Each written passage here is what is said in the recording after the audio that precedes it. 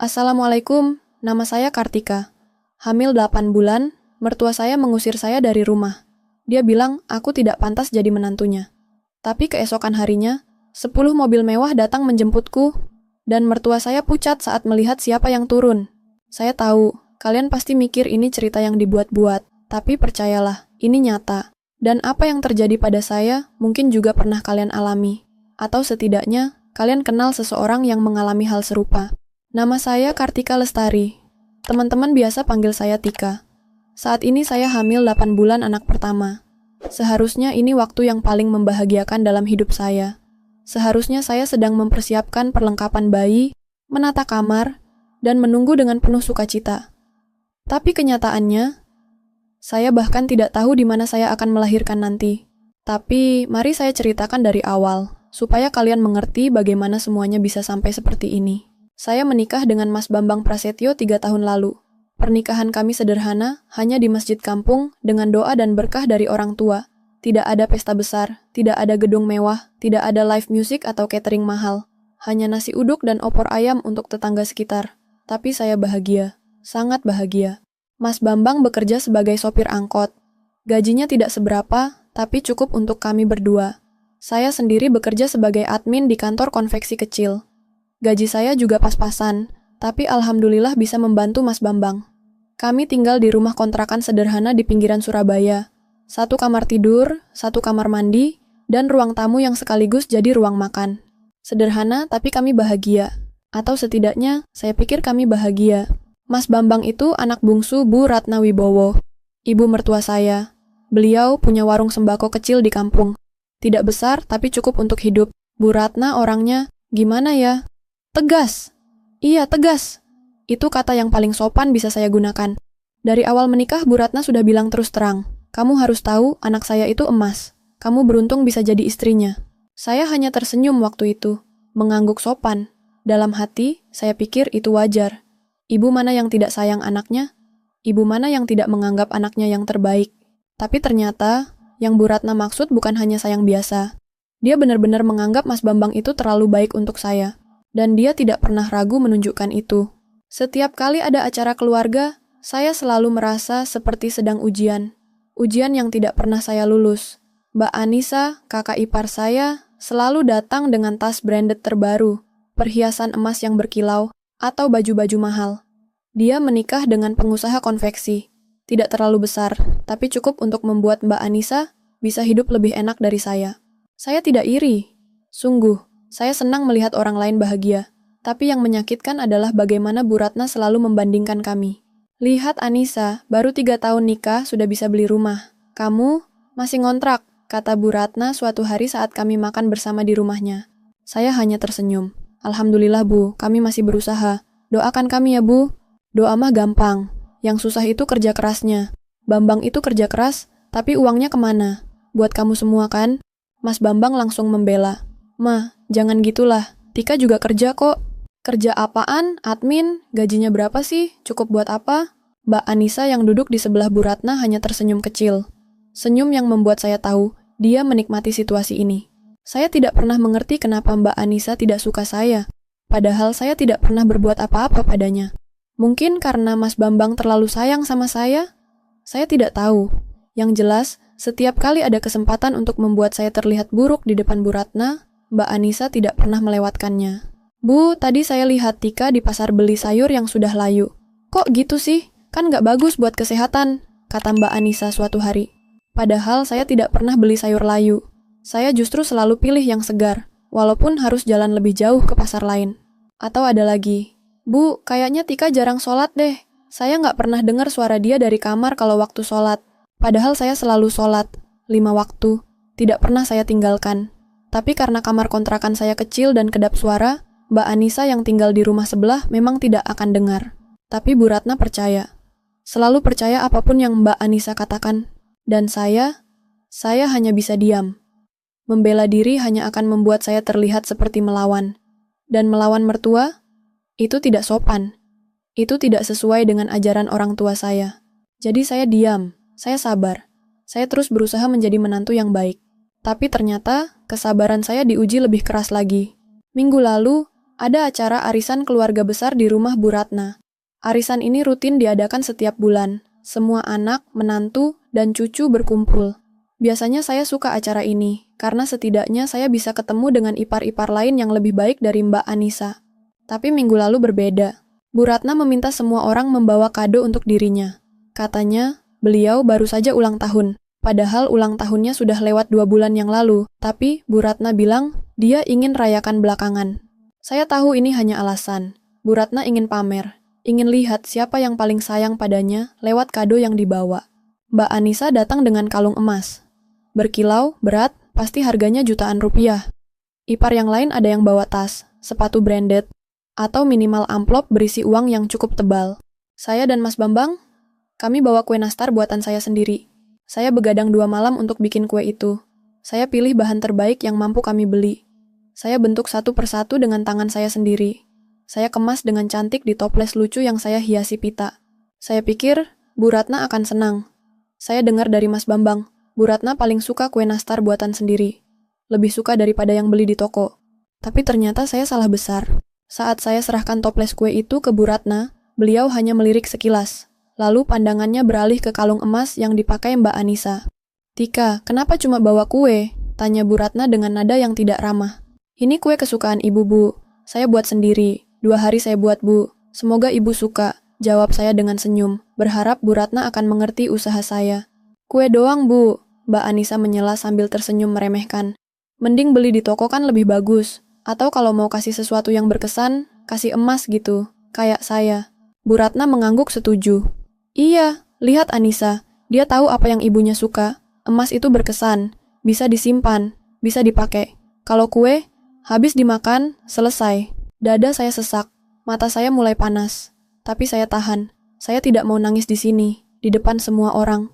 "Maaf, Bu, kami buat dengan hati. Saya pikir ibu suka," kata saya pelan. "Hati?" Bu Ratna memotong. "Hati nggak bisa bayar arisan. Hati nggak bisa bantu ekonomi keluarga. Kamu tuh memalukan keluarga kami, Tika." Seluruh ruangan terdiam. Semua mata tertuju pada saya. Saya bisa rasakan pipi saya memanas. Malu, sangat malu. Mas Bambang duduk di sebelah saya, tapi dia hanya menunduk. Tidak bilang apa-apa. Tidak membela saya. Dan disitulah saya sadar. Saya sendirian dalam pernikahan ini. Kalian pernah merasa usaha kalian tidak pernah cukup? Pernah merasa apapun yang kalian lakukan selalu salah di mata seseorang? Itulah yang saya rasakan saat itu. Setelah acara arisan, situasi semakin buruk. Bu Ratna mulai menyebar gosip ke tetangga. Saya tahu, karena cara tetangga memandang saya berubah. Ada yang kasihan, ada yang justru menghindar, takut terseret masalah. "Menantuku tuh miskin, gak bisa kasih apa-apa. Kasihan anak saya harus hidup susah gara-gara dia," kata Bu Ratna ke Bu Suryani, tetangga sebelah rumah. Saya dengar sendiri waktu saya lewat. Saya tidak pernah merasa malu dengan kemiskinan. Saya dan Mas Bambang memang tidak kaya, tapi kami hidup dengan jujur. Kami bekerja keras. Kami tidak pernah minta bantuan siapapun, termasuk Bu Ratna. Tapi cara Bu Ratna menceritakannya, seolah-olah saya adalah beban. Seolah-olah saya mengambil uang Mas Bambang untuk diri saya sendiri. Padahal gaji kami berdua kami gabung untuk hidup bersama. Untuk makan, untuk bayar kontrakan, untuk persiapan bayi yang akan lahir. Ya, saya hamil. Saat itu, saya sedang hamil 8 bulan. Seharusnya ini waktu yang membahagiakan. Seharusnya keluarga mendukung. Tapi yang saya dapat, hinaan. "Kok belum hamil juga?" kata Bu Ratna 2 tahun pertama kami menikah. Saat akhirnya saya hamil, dia bilang, "Harusnya nunggu kalian mapan dulu. Sekarang gimana mau hidup? Bayi butuh biaya banyak, kalian sanggup?" Apapun yang saya lakukan, selalu salah di mata Bu Ratna. "Mbak Anissa?" Dia semakin gencar. "Bu, kayaknya Tika nggak siap jadi ibu deh. Kemarin saya lihat dia masih makan pedas. Katanya nggak boleh kan kalau hamil. Atau, Bu, Tika kok masih kerja sih? Kasian bayinya nanti." Mbak Anissa dulu pas hamil langsung berhenti kerja, fokus ke kandungan. Semua yang Mbak Anissa katakan, Bu Ratna percaya. Dan semua itu membuat Bu Ratna semakin tidak suka sama saya. Tapi yang paling menyakitkan adalah sikap Mas Bambang. Suatu malam, setelah kami pulang dari rumah Bu Ratna, saya coba bicara sama Mas Bambang. "Mas, tadi ibu kasar banget sama aku. Aku hamil besar loh, Mas. Aku butuh dukungan, bukan hinaan," kata saya sambil menahan air mata. Mas Bambang hanya menghela napas panjang. "Sabar aja, Tik, Mama emang begitu orangnya. Nanti juga biasa." "Biasa? Mas ini sudah 3 tahun. Kapan biasanya? Mas gak pernah bela aku sama sekali. Aku sendirian, Mas. Ya gimana, Tik? Gaji gue emang segini. Mama juga bener kan? Kita miskin.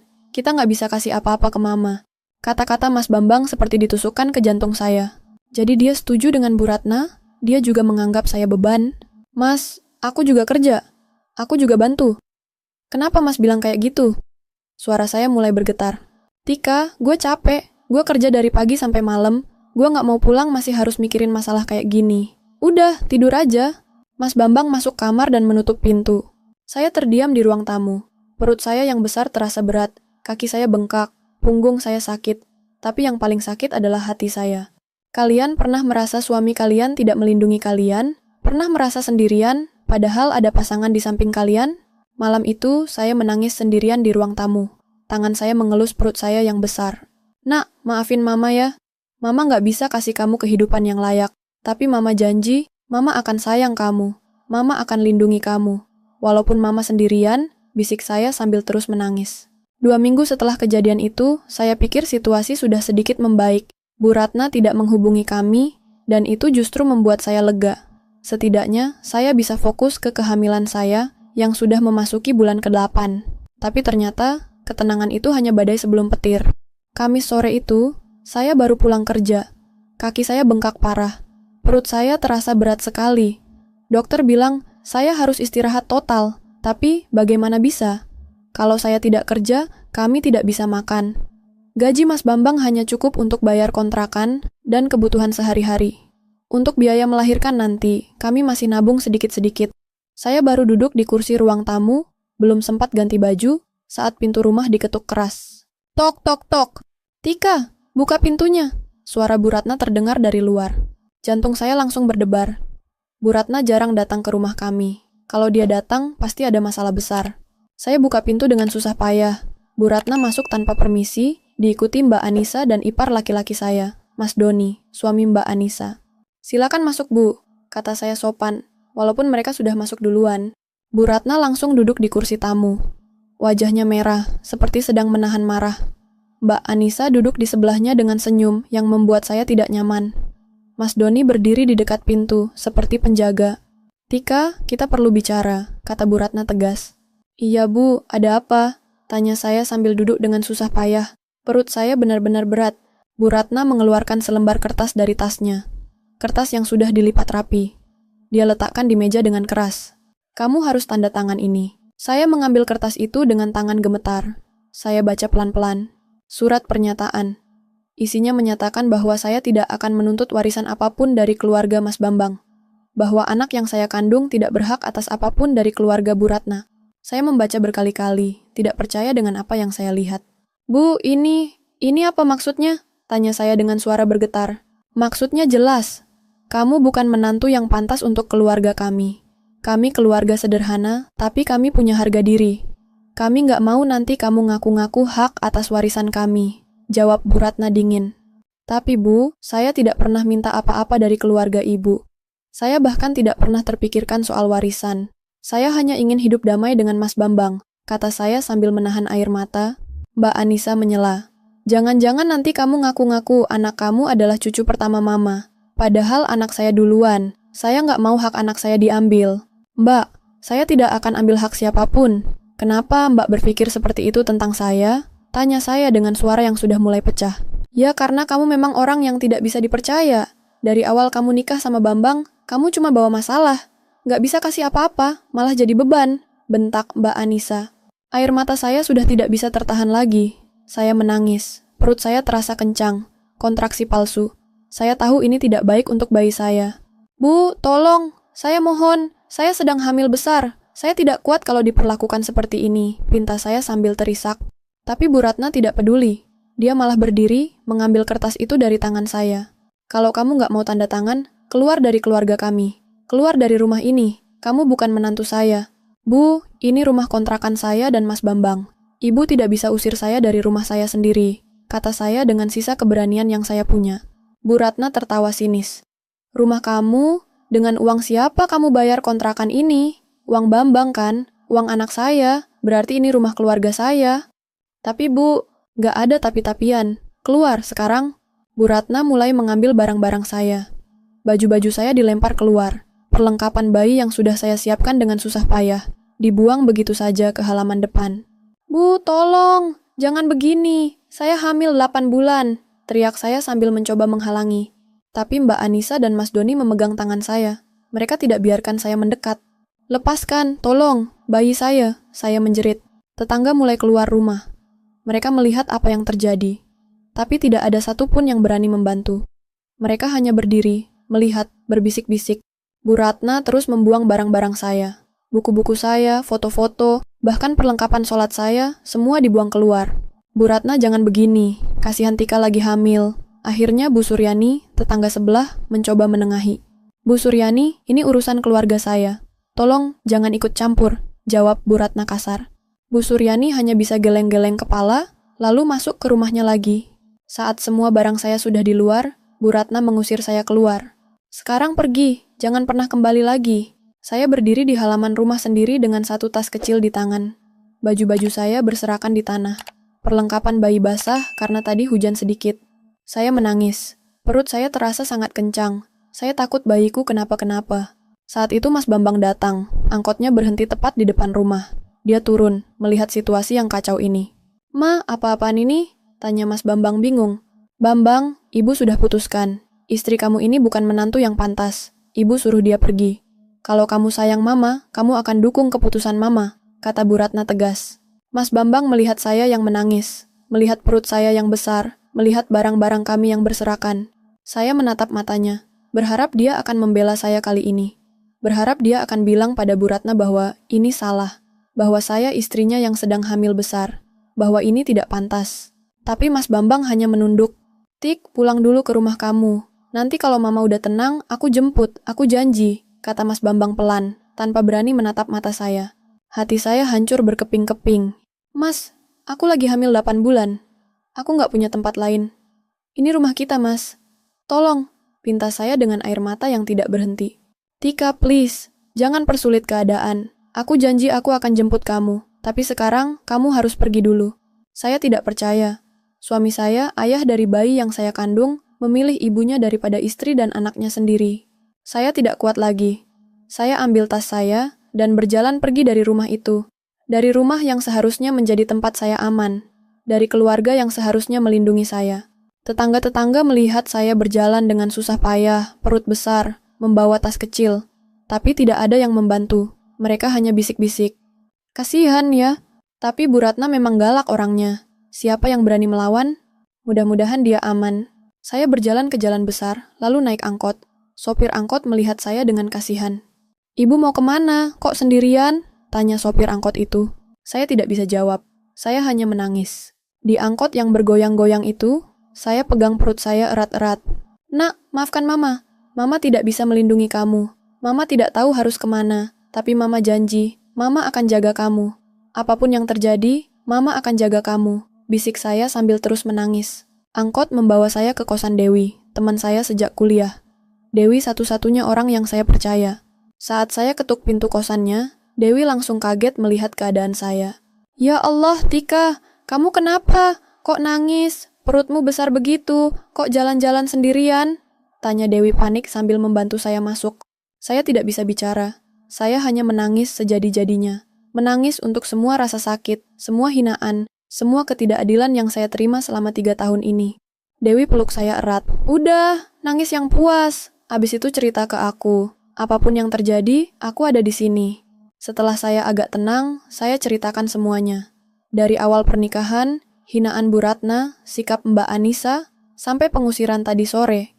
Dewi mendengarkan dengan serius. Wajahnya marah. "Tika, kenapa kamu nggak cerita dari dulu? Kenapa kamu diam aja? Ini nggak adil. Kamu lagi hamil besar, mereka nggak bisa gitu," kata Dewi marah. "Aku cuma mau jadi menantu yang baik, Dew. Aku nggak mau ada masalah. Aku pikir kalau aku sabar, semuanya akan baik-baik aja. Tapi ternyata aku salah. Apapun yang aku lakukan, tetap salah di mata mereka," jawab saya sambil terisak. "Dan Bambang, dia di mana waktu kamu diusir?" Dia suruh aku pulang dulu. Dia bilang nanti dia jemput kalau Bu Ratna sudah tenang." Dewi menggelengkan kepala. "Tika, dia nggak akan jemput kamu. Orang seperti itu nggak akan berubah. Dia mama's boy. Dia nggak akan pernah pilih kamu di atas ibunya. Tapi dia suamiku Deo, ayah dari bayi ini. Tapi dia nggak melindungi kamu. Tika, kamu harus sadar. Kamu sendirian dalam pernikahan ini. Kamu harus pikirin diri kamu dan bayi kamu sekarang. Kata-kata Dewi terasa berat di telinga saya. Tapi saya tahu dia benar. Tika, kamu harus hubungi keluarga kamu. Orang tua kamu. Mereka harus tahu, kata Dewi tegas. Saya menggeleng. Aku nggak bisa Deo. Aku malu. Aku bilang ke papa mama kalau aku baik-baik aja, kalau pernikahan aku bahagia. Gimana sekarang aku bilang kalau aku diusir? Papa mama pasti kecewa. Tika, kamu ini lagi hamil 8 bulan.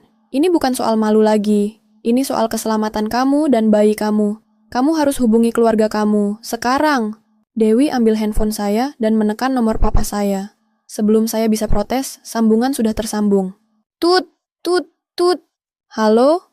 Suara papa terdengar dari seberang sana. Suara yang sudah lama tidak saya dengar. Suara yang selalu membuat saya merasa aman. Dan saat itu, saya tidak kuat lagi. Saya menangis keras sekali. Tika, anak papa? Kenapa? Kenapa nangis? Suara papa langsung panik. Pak, maaf ganggu tengah malam. Saya tidak bisa melanjutkan kata-kata. Tangisan saya terlalu keras. Tika, kamu di mana? Ada apa? Kenapa suara kamu begitu? Kamu sakit? Tanya papa dengan suara yang sangat khawatir. Pak, maaf selama ini aku tidak pernah cerita yang sebenarnya. Aku tidak mau merepotkan bapak. Aku pikir aku bisa handle sendiri. Tapi ternyata aku tidak bisa, Pak. Tika, tenang dulu. Tarik napas. Cerita pelan-pelan. Papa dengar. Saya coba menenangkan diri. Saya ceritakan semuanya. Dari awal pernikahan, perlakuan Bu Ratna, sampai pengusiran tadi sore. Papa mendengarkan tanpa memotong. Sesekali saya dengar napasnya berat. Setelah saya selesai cerita, Papa diam sebentar. Lalu dia bicara dengan suara yang tenang, tapi tegas. Tegas yang membuat saya tahu, Papa sangat marah. Kamu anak saya. Tidak ada kata tidak pantas. Tidak ada kata merepotkan. Bapak besok pagi jemput. Kamu tunggu di sana, jangan kemana-mana. Berapa alamatnya? Saya kasih alamat kosan Dewi. Papa mencatat. Tika, dengar Papa. Apa yang terjadi pada kamu itu tidak adil, tidak pantas. Dan tidak akan Papa biarkan berlanjut. Besok pagi, Papa jemput, dan Papa akan urus semuanya. Kamu istirahat, jaga kandungan kamu. Jangan stres lagi, Papa akan handle sisanya. Tapi Pak, Mas Bambang yang tidak melindungi istrinya yang hamil 8 bulan, bukan suami yang baik. Tapi itu urusan nanti. Sekarang yang penting kamu aman. Papa akan datang besok pagi. Tunggu Papa. Iya Pak, terima kasih Pak. Maaf merepotkan. Jangan bilang maaf. Kamu anak Papa. Tidak ada kata merepotkan untuk anak sendiri. Sekarang istirahat. Wassalamualaikum. Waalaikumsalam, Pak. Sambungan terputus. Saya masih memegang handphone dengan erat. Air mata masih mengalir, tapi kali ini bukan air mata sedih. Ini air mata lega.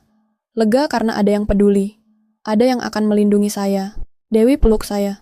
Udah kan? Udah lebih baik. Besok papa kamu jemput. Kamu aman. Saya mengangguk. Terima kasih, Deo. Terima kasih sudah memaksa aku telepon papa. Sama-sama. Sekarang kamu tidur. Besok pagi papa kamu datang. Kamu harus istirahat supaya bayi kamu sehat. Malam itu saya tidur dengan perasaan campur aduk. Sedih karena apa yang terjadi. Lega karena papa akan datang. Tapi juga takut. Takut dengan apa yang akan terjadi besok. Tapi saya tidak tahu. Apa yang akan terjadi besok adalah sesuatu yang tidak pernah saya bayangkan sebelumnya. Seperti kata pepatah, Allah tidak akan menguji hambanya melebihi kemampuan. Dan doa orang yang terzalimi, tidak ada penghalang antara dia dengan Allah. Pagi itu, saya bangun dengan perasaan yang aneh. Campuran antara harap dan cemas. Dewi sudah bangun lebih dulu, membuatkan saya sarapan sederhana. Makan dulu, Tik. Papa kamu pasti datang pagi-pagi. Kamu harus kenyang, jangan sampai lemas, kata Dewi sambil menyodorkan sepiring nasi uduk dan teh manis hangat. Saya mencoba makan, tapi perut saya terasa mual.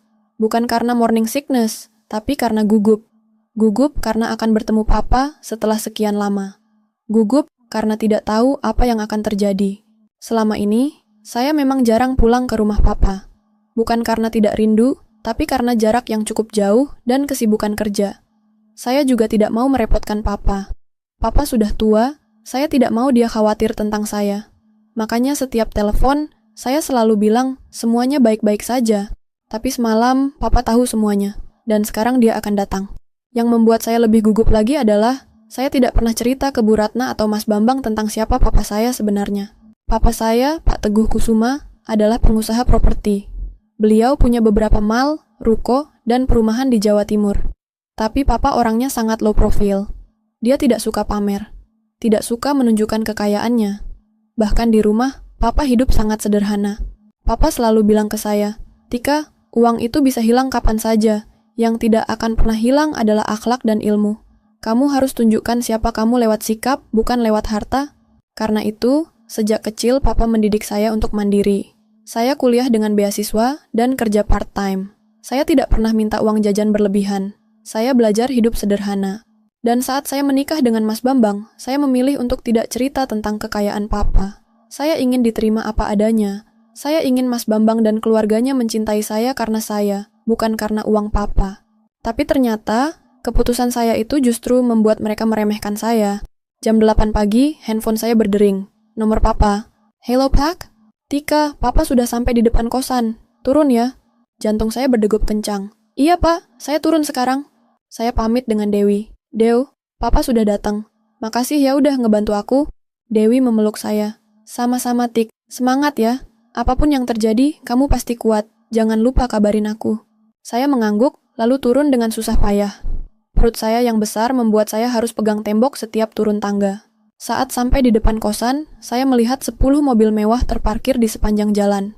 Mercedes S-Class, Alphard, BMW, semua hitam mengkilap. Beberapa orang berjas rapi berdiri di samping mobil. Saya kaget, kenapa papa membawa banyak mobil? Biasanya papa kalau kemana-mana hanya bawa satu mobil dengan sopir pribadi. Dari mobil pertama, turun seorang pria berusia sekitar 60 tahun. Berkacamata, berjas rapi tapi tidak mencolok. Wajahnya terlihat lelah, tapi matanya tajam. Mata yang selalu membuat saya merasa aman saat kecil. "Papa!" Saya berlari pelan ke arah papa. Atau lebih tepatnya, berjalan cepat karena perut saya terlalu besar untuk berlari. Papa membuka tangannya. Saya peluk papa erat-erat. Dan saat itu, saya menangis lagi. Menangis dalam pelukan papa yang hangat. Sudah, papa di sini. Kamu aman sekarang," kata papa sambil mengelus kepala saya. "Maaf papa, maaf merepotkan." "Jangan bilang maaf, ini bukan salah kamu. Ini salah mereka yang tidak tahu menghargai." Papa melepaskan pelukan, lalu melihat perut saya yang besar. Wajahnya melembut. "Cucuku sudah besar ya? Sehat?" "Alhamdulillah sehat, Pak. Tinggal sebulan lagi lahiran." "Bagus. Sekarang kita pulang dulu ke rumah papa. Kamu istirahat, jaga kandungan. Sisanya papa yang urus." "Tapi Pak, Mas Bambang..." Papa mengangkat tangannya, menghentikan kata-kata saya. "Mas Bambang yang tidak melindungi istrinya, bukan suami yang baik. Tapi kita urus nanti. Sekarang, yang penting kamu dan cucuku sehat." Saya mengangguk. Papa membukakan pintu mobil untuk saya. Di dalam mobil sudah ada bantal dan selimut, bahkan ada air mineral dan snack. "Papa sudah siapkan semuanya. Kalau kamu lapar atau haus, langsung makan ya. Jangan ditahan," kata papa sambil memastikan saya nyaman. "Terima kasih, Papa. Tapi sebelum kita pulang, ada yang harus papa urus dulu." "Urus apa, Pak?"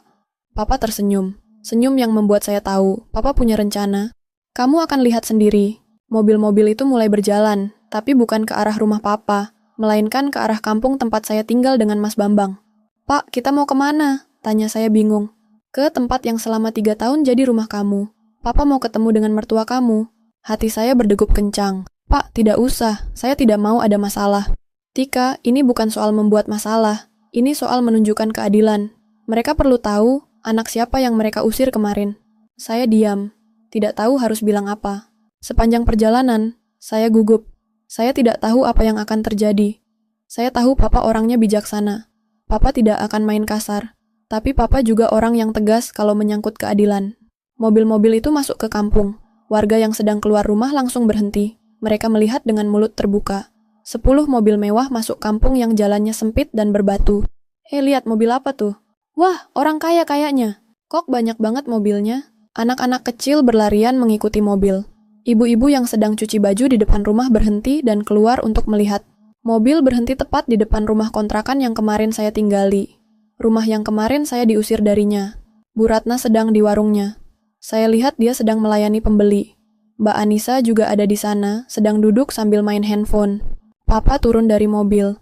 Diikuti beberapa orang berjas yang saya baru tahu adalah pengacara dan asisten papa. Ada juga beberapa bodyguard. Seluruh kampung mulai berkumpul. Semua orang penasaran. Bu Ratna keluar dari warungnya. Wajahnya kaget melihat kerumunan. Mbak Anissa juga ikut keluar. "Wah, ada apa ini? Kok rame?" tanya Bu Ratna ke tetangga. "Itu Bu, mobil-mobil mewah. Kayaknya orang penting," jawab Bu Suryani.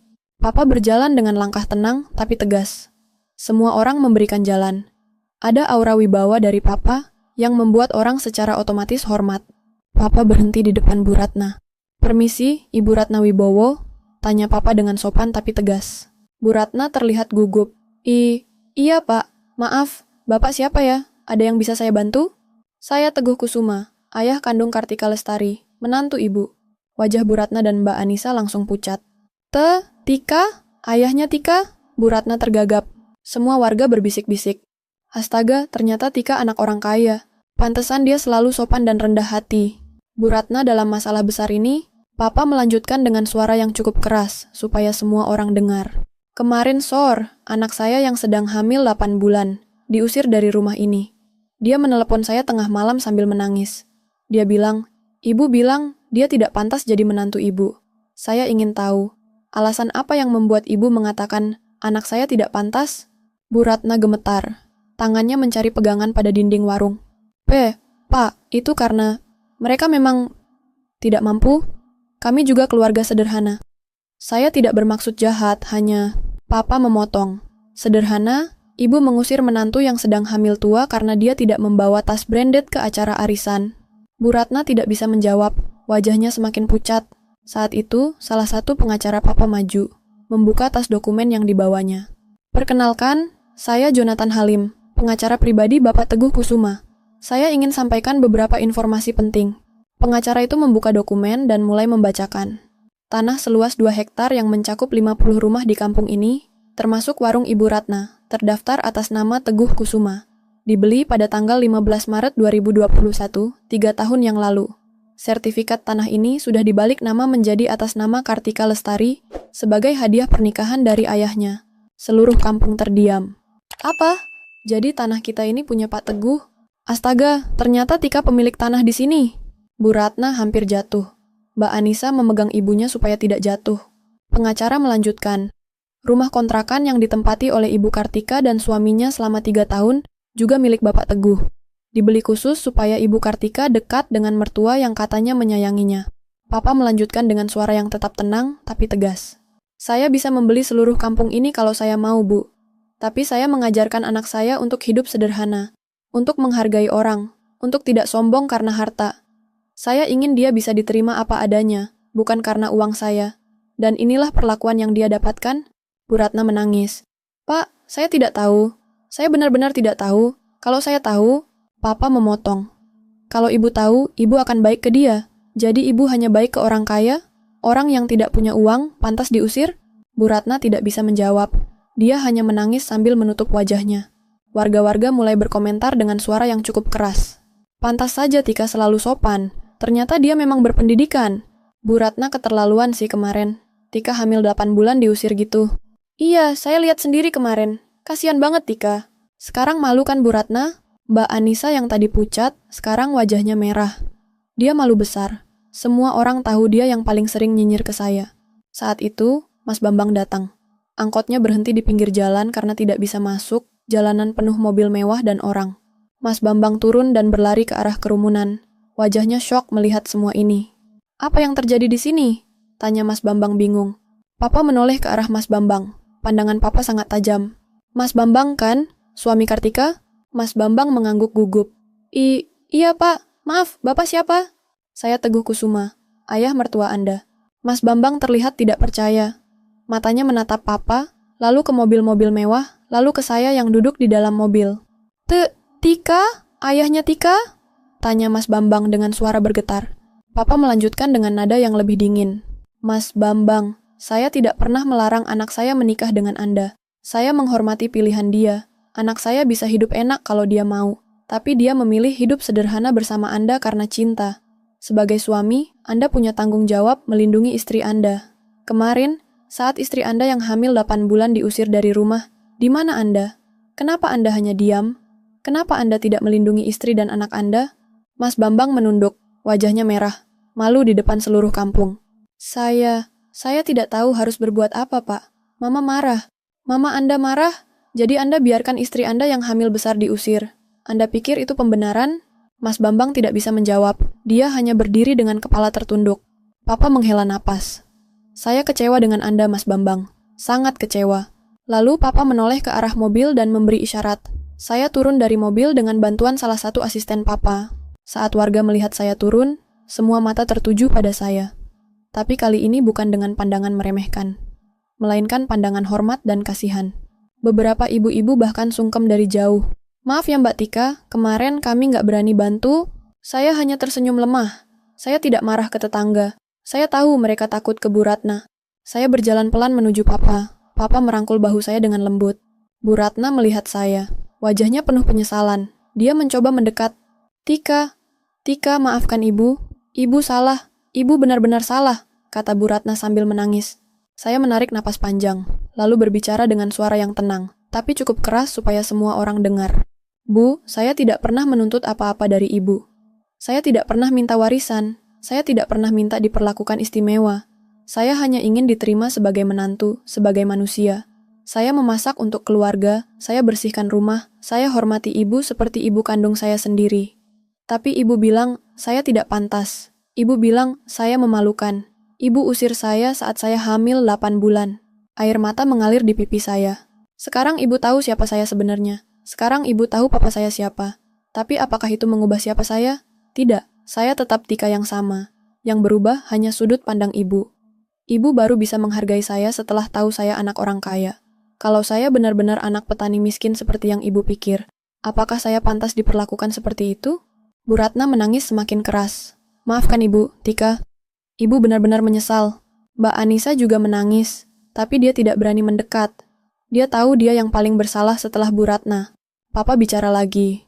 Ibu Ratna, saya tidak akan menggusur Ibu dari tanah ini. Bukan karena Ibu pantas, tapi karena anak saya tidak mau ada yang digusur. Tapi mulai sekarang, Ibu harus tahu batasan.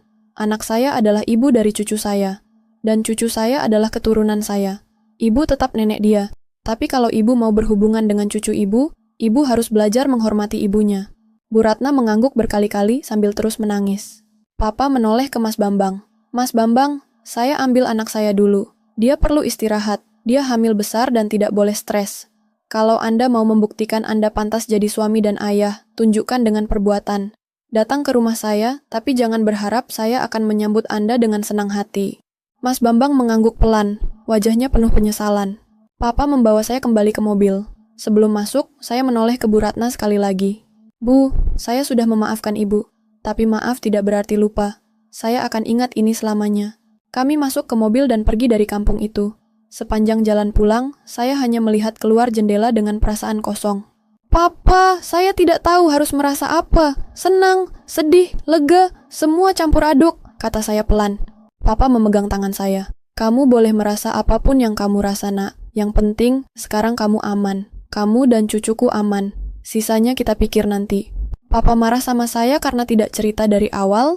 Papa menggeleng. Papa tidak marah. Papa bangga kamu bisa mandiri. Bangga kamu bisa bertahan dengan caramu sendiri. Tapi Papa sedih karena Papa tidak tahu kamu menderita. Kalau Papa tahu dari awal, Papa tidak akan biarkan ini terjadi. Maaf, Papa. Sudah, tidak usah minta maaf lagi. Sekarang kamu pulang ke rumah Papa. Istirahat yang cukup. Makan yang enak, Papa akan jaga kamu sampai kamu melahirkan. Setelah itu, kita lihat Mas Bambang apakah dia benar-benar berubah atau tidak. Saya mengangguk. Untuk pertama kalinya dalam 3 tahun, saya merasa aman. Benar-benar aman. 3 minggu berlalu sejak kejadian itu. Saya tinggal di rumah Papa yang besar dan nyaman. Papa menyiapkan kamar khusus untuk saya dengan semua perlengkapan bayi yang lengkap. Bahkan Papa panggil dokter kandungan pribadi untuk check-up rutin. Setiap hari, Mas Bambang datang ke rumah Papa. Dia datang pagi-pagi, duduk di ruang tamu, dan menunggu saya turun. Papa tidak pernah mengusirnya, tapi juga tidak pernah ramah padanya. Papa hanya bilang, kalau mau ketemu Tika, tunggu dia yang turun. Papa tidak akan paksa dia. Awalnya saya tidak mau turun. Saya masih sakit hati. Masih ingat bagaimana Mas Bambang diam saat saya diusir. Tapi Mas Bambang tidak menyerah. Dia datang setiap hari. Kadang dia bawa makanan kesukaan saya, kadang dia bawa bunga. Kadang dia hanya duduk diam, menunggu. Sampai akhirnya, pada hari ke-10, saya turun. Mas Bambang langsung berdiri saat melihat saya. Wajahnya lelah. Terlihat dia tidak tidur dengan baik. Tika, saya duduk di sofa berhadapan dengannya, menjaga jarak. Mas datang lagi? Iya, aku ingin minta maaf. Aku tahu maaf tidak cukup. Aku tahu apa yang aku lakukan itu salah, sangat salah. Tapi aku benar-benar menyesal, Tik. Mas Bambang menunduk, saya lihat ada air mata di matanya. Aku tidak bisa tidur, Tik. Setiap kali aku tutup mata, aku lihat kamu menangis.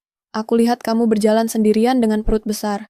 Dan aku di situ hanya bisa diam. Aku pengecut, Tik. Aku suami yang payah. Kenapa Mas diam waktu itu? Kenapa Mas tidak bela aku? Mas Bambang mengusap wajahnya. Aku takut, Tik. Aku takut sama Mama. Dari kecil aku selalu nurut sama Mama. Apa kata Mama? Itu yang aku lakuin. Aku tidak pernah berani melawan. Dan aku pikir itu yang benar. Aku pikir itu artinya aku anak yang baik. Tapi aku istrimu, Mas. Aku sedang hamil anak kita. Mas harusnya melindungi aku. Aku tahu sekarang. Aku salah. Aku harusnya pilih kamu. Harusnya aku bela kamu. Tapi aku lemah, Tik. Aku pengecut. Mas Bambang menangis. Saya tidak pernah melihat Mas Bambang menangis sebelumnya. Dia selalu terlihat kuat, atau setidaknya berusaha terlihat kuat. Mama sekarang sakit, Tik. Sakit keras. Tekanan darahnya tinggi, stres. Dokter bilang dia harus istirahat total. Mbak Anissa juga tidak ketemu aku lagi. Dia malu besar. Semua orang di kampung sekarang ngomongin mereka. Dan aku kehilangan kamu. Saya diam, tidak tahu harus bilang apa. Tika, aku janji akan berubah. Aku akan jadi suami yang lebih baik, ayah yang lebih baik. Aku tidak akan biarkan siapapun, termasuk Mama, menyakiti kamu lagi. Aku janji. Janji itu mudah diucapkan, Mas. Yang susah adalah menepatinya. Aku tahu, makanya aku minta kesempatan untuk membuktikan. Bukan dengan kata-kata, tapi dengan perbuatan. Saya melihat matanya. Mata yang dulu saya cintai. Mata yang membuat saya yakin untuk menikah dengannya. Tapi sekarang, saya tidak yakin lagi. Mas, aku butuh waktu. Aku tidak bisa langsung percaya lagi. Aku butuh lihat Mas benar-benar berubah. Mas Bambang mengangguk cepat.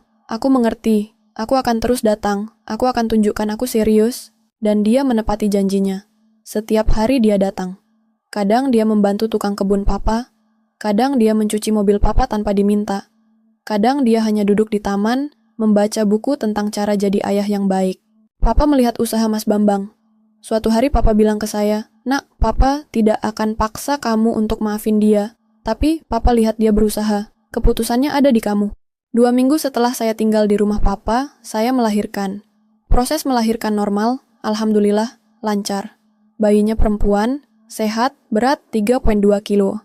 Saya beri nama Aisyah Zahra. Saat pertama kali melihat wajah Aisyah, semua rasa sakit saya selama ini terasa terbayar. Wajahnya yang mungil, tangannya yang kecil, tangisannya yang keras. Semua sempurna. Papa yang pertama kali gendong Aisyah setelah saya. Wajah papa yang biasanya serius, sekarang melembut. Ya Allah, cucuku cantik sekali. Mirip kamu waktu kecil, Tik, kata papa sambil tersenyum lebar. Alhamdulillah, Pak, sehat. Alhamdulillah. Papa bersyukur. Terima kasih ya, Nak, sudah lahirin cucu papa dengan selamat. Mas Bambang menunggu di luar. Papa yang bilang ke dia kalau Aisyah sudah lahir. Mas Bambang masuk dengan hati-hati. Wajahnya penuh kebahagiaan dan air mata. Tika, itu anaknya? Tanya Mas Bambang sambil melihat Aisyah yang sedang tidur di samping saya. Iya, Mas. Namanya Aisyah Zahra. Bisa gendong? Saya mengangguk. Mas Bambang mengangkat Aisyah dengan sangat hati-hati, seolah Aisyah terbuat dari kaca yang mudah pecah. Mas Bambang menangis saat melihat wajah Aisyah. Maafin Papa ya, Nak. Papa tidak bisa jaga mama kamu waktu mama hamil.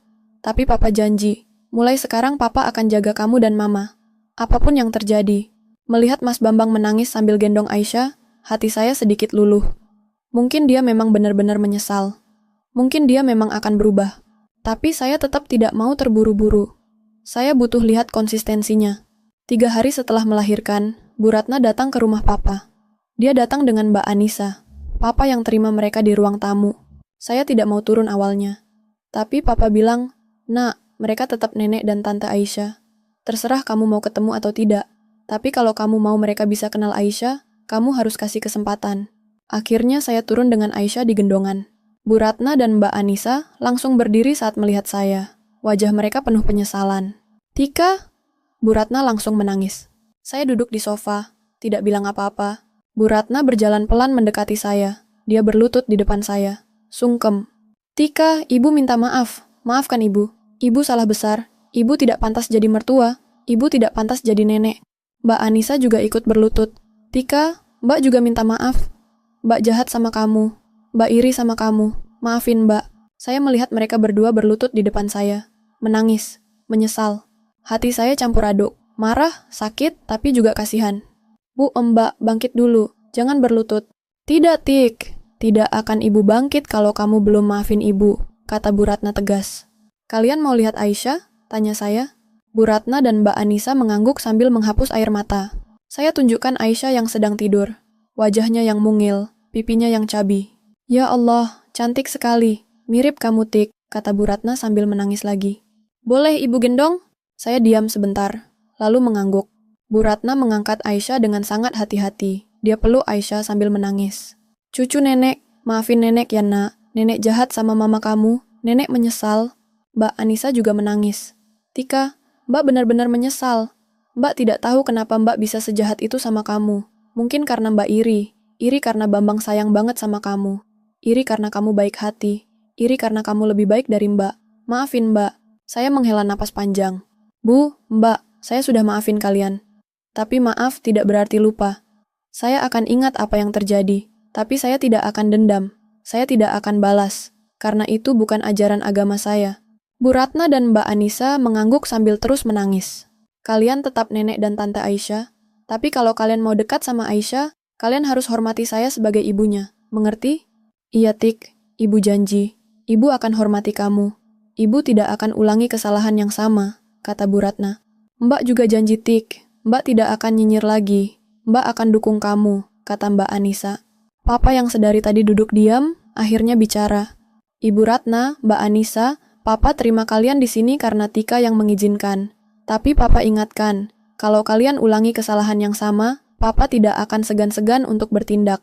Mengerti? Bu Ratna dan Mbak Anissa mengangguk cepat. Iya Pak, kami mengerti, kami tidak akan ulangi lagi. Kunjungan itu berlangsung sekitar 1 jam. Bu Ratna dan Mbak Anissa pamit pulang dengan wajah yang sedikit lebih lega. Setelah mereka pergi, Papa duduk di samping saya. Nak, Papa bangga sama kamu. Kamu bisa maafin mereka walaupun mereka sudah menyakiti kamu. Itu tanda kamu punya hati yang besar. Papa, saya maafin mereka bukan karena saya lupa, tapi karena saya tidak mau Aisyah tumbuh di lingkungan yang penuh dendam. Saya tidak mau dia mengenal kebencian. Papa tersenyum. Itulah kenapa Papa bilang Papa bangga. 2 bulan berlalu, Aisyah tumbuh dengan sehat. Mas Bambang konsisten datang setiap hari. Dia bantu saya jaga Aisyah. Dia ganti popok, mandiin Aisyah, dan bahkan bangun tengah malam kalau Aisyah nangis. Saya lihat dia benar-benar berusaha. Dia juga sudah berhenti jadi mamas boy. Dia berani bilang ke Bu Ratna kalau ada yang tidak setuju. Dia mulai jadi kepala keluarga yang sebenarnya. Suatu hari Mas Bambang duduk dengan saya di taman rumah Papa. Tik, aku mau tanya, apa kamu bisa kasih aku kesempatan lagi? Aku tahu aku harus kerja keras untuk dapetin kepercayaan kamu lagi. Tapi aku mau tahu, apakah masih ada harapan buat kita? Saya melihat Aisyah yang sedang tidur di kereta dorongnya. Lalu melihat Mas Bambang yang menatap saya dengan penuh harap. Mas, sejujurnya, kepercayaan aku sama Mas sudah rusak. Butuh waktu lama untuk membangunnya lagi. Tapi, aku lihat usaha Mas 2 bulan ini. Aku lihat Mas berubah. Dan, aku mau kasih kesempatan. Bukan untuk Mas, tapi untuk Aisyah. Dia berhak punya ayah. Wajah Mas Bambang berseri. Tapi Mas harus janji satu hal, lanjut saya. Apa? Mas harus janji. Apapun yang terjadi, Mas akan lindungi keluarga ini. Aku dan Aisyah. Kalau ada yang berusaha menyakiti kami, termasuk Bu Ratna atau siapapun, Mas harus bela kami. Bisa? Aku janji, Tik. Aku janji akan lindungi kalian. Apapun yang terjadi. Saya mengangguk. Oke, kita coba lagi. Tapi dari awal. Perlahan. Mas Bambang tersenyum lebar. Terima kasih, Tik. Aku tidak akan sia-siain kesempatan ini. Papa melihat kami dari jendela. Saya lihat Papa tersenyum kecil. Malam itu, setelah Aisyah tidur, saya duduk sendirian di balkon, melihat langit malam yang cerah. Saya ingat semua yang terjadi dalam 3 tahun terakhir. Hinaan, pengusiran, air mata, tapi juga pelajaran. Saya belajar bahwa kesabaran itu penting. Tapi, bukan berarti membiarkan diri diinjak. Saya belajar bahwa keadilan itu ada, walaupun kadang datang terlambat. Saya belajar bahwa harta bukan segalanya, tapi sikap yang menentukan siapa kita. Saya tidak menyesal dengan semua yang terjadi, karena semua itu membuat saya lebih kuat, membuat saya lebih menghargai diri sendiri. Dan yang paling penting, saya belajar untuk tidak pernah meremehkan orang lain. Karena kita tidak pernah tahu siapa sebenarnya orang yang ada di hadapan kita. Seperti kata pepatah, jangan pernah menilai buku dari sampulnya. Dan jangan pernah meremehkan doa orang yang terzalimi. Karena tidak ada penghalang antara dia dengan Allah. Allah itu maha adil. Rezeki tidak akan tertukar. Kebaikan akan kembali berlipat ganda. Dan kesabaran, walaupun pahit, buahnya sangat manis. Buat kalian yang mungkin sedang mengalami hal serupa, atau pernah dihina karena dianggap tidak pantas, ingatlah, kalian berharga. Apapun kata orang lain, kalian tetap berharga. Jangan biarkan siapapun membuat kalian merasa kecil. Dan untuk kalian yang punya kekuasaan, entah sebagai mertua, atasan, atau siapapun, ingatlah, perlakukan orang lain dengan hormat.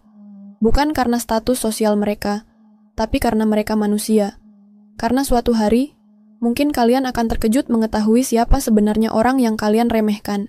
Kesederhanaan itu bukan kemiskinan, kebaikan hati itu bukan kelemahan, dan kesabaran itu bukan alasan untuk diperlakukan semena-mena. Kalau kalian punya pengalaman serupa, atau punya cerita tentang keadilan yang akhirnya datang, share di kolom komentar ya. Mungkin cerita kalian bisa menguatkan orang lain yang sedang berjuang. Jangan lupa subscribe channel ini untuk cerita-cerita inspiratif lainnya. Like kalau kalian setuju bahwa akhlak lebih berharga dari harta. Dan ingat, apapun yang kalian hadapi sekarang, percayalah bahwa Allah tidak akan menguji hambanya melebihi kemampuan. Setiap ujian ada hikmahnya. Setiap kesulitan ada kemudahan setelahnya.